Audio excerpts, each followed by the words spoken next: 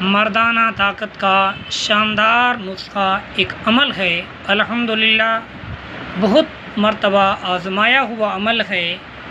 آپ نے کیا کرنا ہے، ایک مسواک لے کر اس کے اوپر 786 مرتبہ ان لک فی النہار سبحا طویلا، ان لک فی النہار سبحا طویلا پڑھیں۔ اول آخر نماز میں جو درود شریف پڑھتے ہیں وہ پڑھ لیں۔